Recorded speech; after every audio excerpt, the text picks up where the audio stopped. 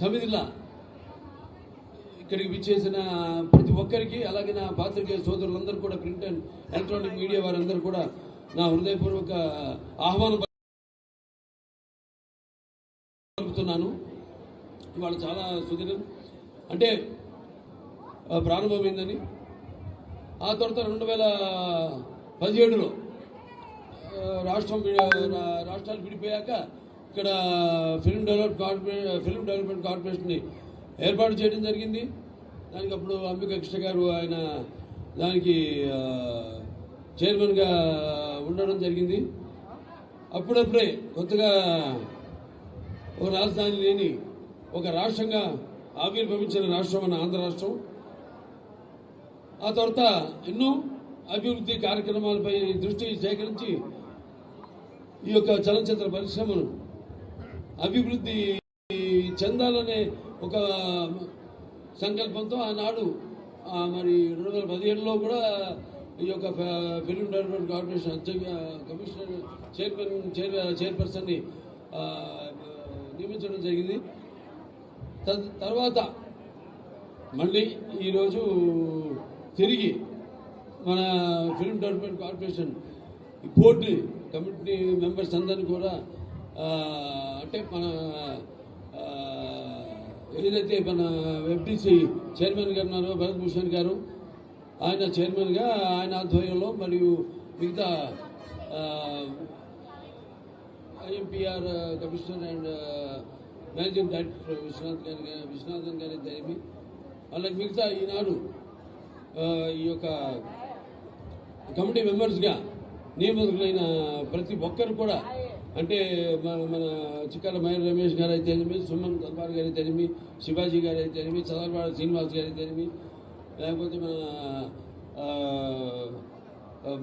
బుర్రా సాయి మాధవ్ గారు, అలాగే వై ఝాన్సీ గారు, అలాగే కూచిపట్ల సుబ్రహ్మణ్య వివేకానంద గారు అయితేనేమి, అలాగే వి సముద్ర గారు, అలాగే కె ఉమామేశ్వరరావు గారు, అలాగే గందిమల్ల సాంబశివరావు గారు, ఎస్ వెంకటకృష్ణారెడ్డి గారు, అలాగే జి రాజ వెంకటేశ్వర యాదవ్ గారు, అలాగే జి సత్యనారాయణ గారు, మొత్తం వీళ్ళందరితో ఈ యొక్క ఎఫ్డిసి కమిటీని ఏర్పాటు చేయడం జరిగింది.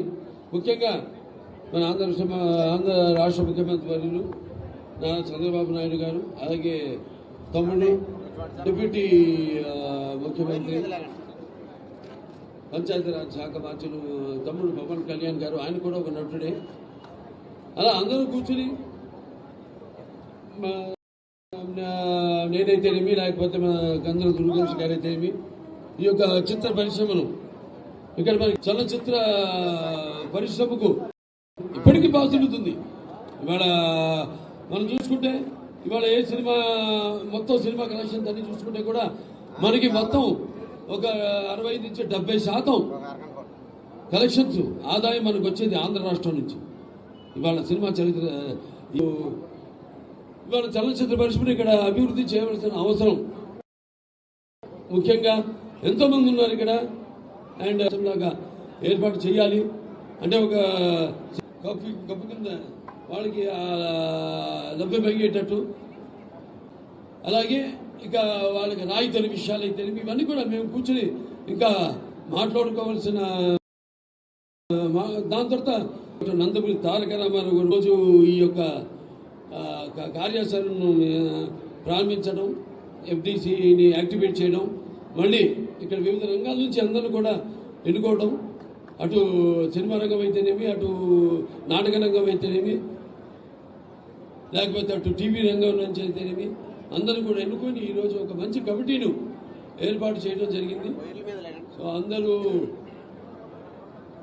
వాళ్ళ అనుభవాల్ని ఏదైతే ముందు వాటన్నింటినీ అవకాశాలు పోసి మరి ముందు ఒక మంచి కార్యాచరణతో ఈ యొక్క చలనచిత్ర పరిశ్రమాభివృద్ధిని అతి శీఘ్రంగా అతి వేగంగా ముందుకు తీసుకెళ్తాము.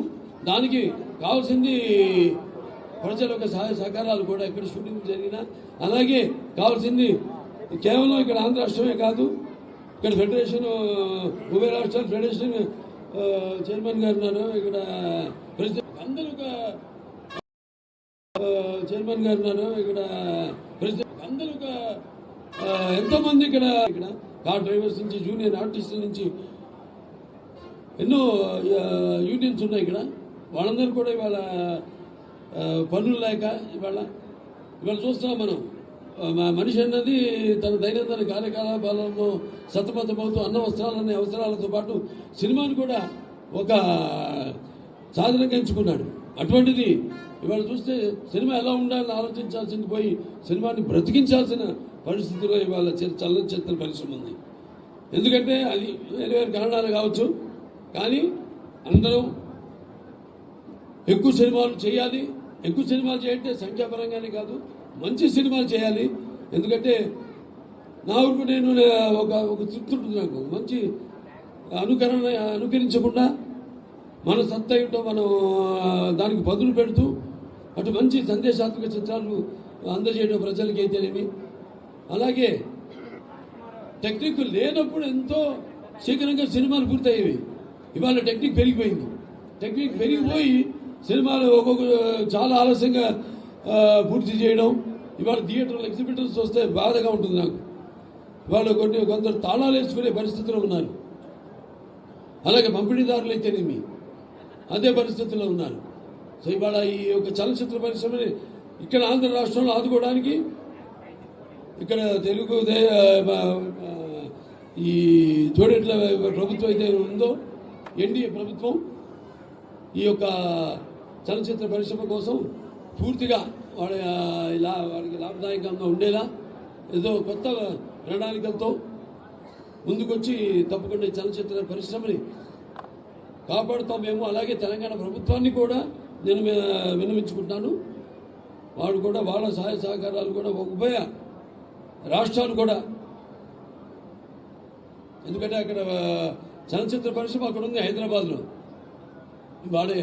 ఇవాళ మనం చెప్పుకుంటున్నాం ఇక్కడ విజయవాడ ఇది మన చలనచిత్ర పరిశ్రమకు అవిభక్త ఆంధ్ర రాష్ట్రంగా ఉన్నప్పుడు కూడా ఇది ఒక రాజధాని అని. సో ఇవాళ ఇక్కడ కూడా మన తెలుగు చలనచిత్ర పరిశ్రమను కాపాడుకోవాల్సిన బాధ్యత.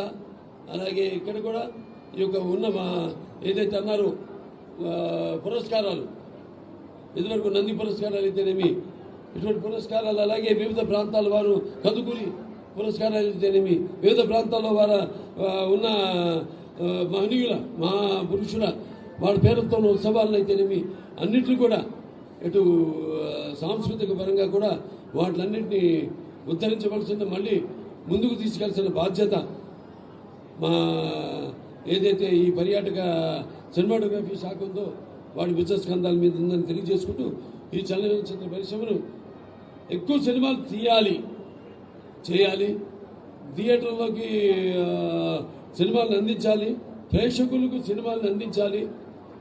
అందరూ ఒక కుటుంబంలో కష్టాలు వచ్చినప్పుడు అందరూ కూడా వాటిలో భాగస్వాములై ఒక కుటుంబ సభ్యులుగా వాళ్ళ కష్టాన్ని వాళ్ళలో తీర్చుకోవాలి. అలాగే ఇండస్ట్రీని ఇంకా ఇలాగే ముందుకు తీసుకెళ్లాలని తెలియజేసుకుంటూ మరొకసారి ఇక్కడికి ఇచ్చేసే పాత్రికే సోదరులందరికీ, ప్రింట్ అండ్ ఎలక్ట్రానిక్ మీడియా వారికి, అలాగే హైదరాబాద్ నుంచి కూడా తరలి వచ్చిన సినిమా ప్రముఖులందరికీ, అలాగే ఇక్కడ ఎన్నికైన భరత్భూషణ్ గారికి, చైర్మన్ గారికి, మరి ఎండి అండ్ ఐఎంపీఆర్ కమిషనర్ గారి విశ్వనాథన్ గారికి, మురళీ కుమార్ గారికి, అనిల్ కుమార్ గారికి, మిగతా ముఖ్యంగా మా పర్యాటక మరియు సినిమాటోగ్రఫీ శాఖ మార్చులు కందుల దుర్గేష్ గారికి అందరూ కూడా నా కృతజ్ఞతలు తెలియజేసుకుంటూ నేను సెలవు తీసుకుంటున్నాను.